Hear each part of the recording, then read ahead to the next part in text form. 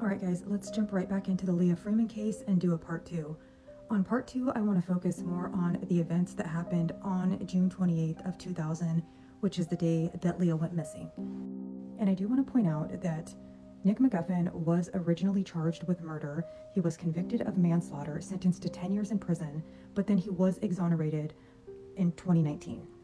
Now, he was exonerated in 2019 because of the DNA evidence that was withheld from the trial.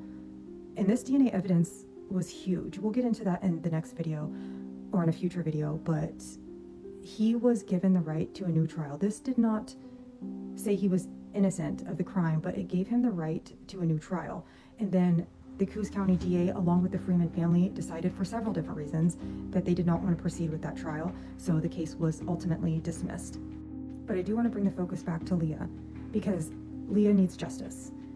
All right, here is a little map of the little town of Coquille, Oregon, and it's very small. I believe the population today is a little over 3,000. That's just to give you an idea of how small it is.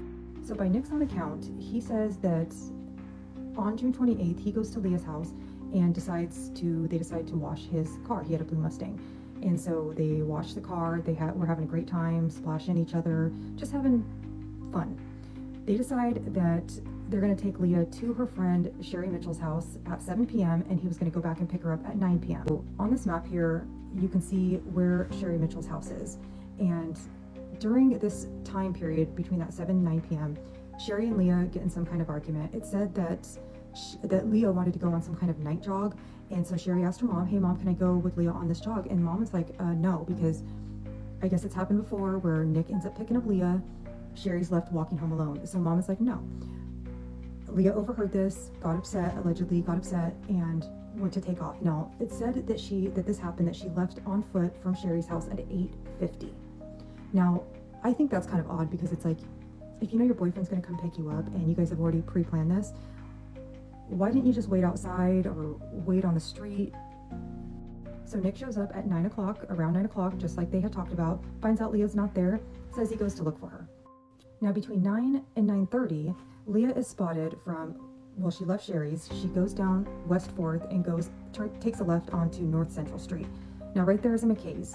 She was spotted by an eyewitness, said that she was walking past McKay's, and then a little bit further up, there's a Fast Mart. Another eyewitness spotted her there. There's another little restaurant there. Someone spotted her there. And then when you curve up around the high school with the gas station across the street was the last sighting of her. And she was seen up there around 9:30. Now, I know in the 2020 documentary, I believe it was Nick that said it only takes a couple minutes to get from Sherry's to the high school. I mean, I would say it takes a good maybe between 10 and 15 minutes. So if you're local to Coquille, what do you guys think? How long do you think it takes to get from this point up there? Because I know there's several businesses along the way. It curves around. I actually have a video of it too, of the Google map I can share with you guys. But it's not just a couple minutes. I'd say it's more like a 10-15 minute walk if you're walking straight without any stops. Now at 9:30 p.m. is when an eyewitness said that they had seen Leah outside of the gas station. There was a payphone there, and that she was in the payphone. At that same time, I believe the same eyewitness said that there was two men at that gas station arguing. And then Leah was spotted standing outside of the gas station. A couple minutes later, there was a high-pitched scream that was heard, but no sightings of anything suspicious. I also want to point out that during 9 and 10 o'clock, there was two of Nick's friends that testified and said that they seen Nick. One stopped by and said, "Hey, have you seen Leah?" And she said no. The other friend said that she had a very strict curfew of 10 o'clock. She was on her way home and she seen that blue Mustang driving through that area. Also, right around 10 o'clock, Leah's mom said that she received a phone call from Nick asking if Leah ever made it home. And then around 11:40 p.m. that same night, supposedly, allegedly, a mechanic who was working the swing shift, which said he was driving home and he noticed a shoe in the roadway somewhere along here. And he took the shoe home. He thought maybe it was one of his kids' shoes. Took the shoe home, and later, after he heard about Leah Freeman case, he turned it over to the police. Now here's where things also get very strange. So now Nick has been driving around since 9. So 9, to 10, 10 to 11, 11 to 12, 3 hours. At 12 o'clock, he allegedly goes to his friend Kristen's house and goes inside. And according to Kristen, they do some illegal substances and he's trying to put the moves on her. Nothing happened. They didn't go all the way, but there was definitely some stuff happening in her house. And then they decide, oh, let's actually go continue searching for Leah in a family member's car. And they go looking for her for 2 more hours. And I actually knew Kristen.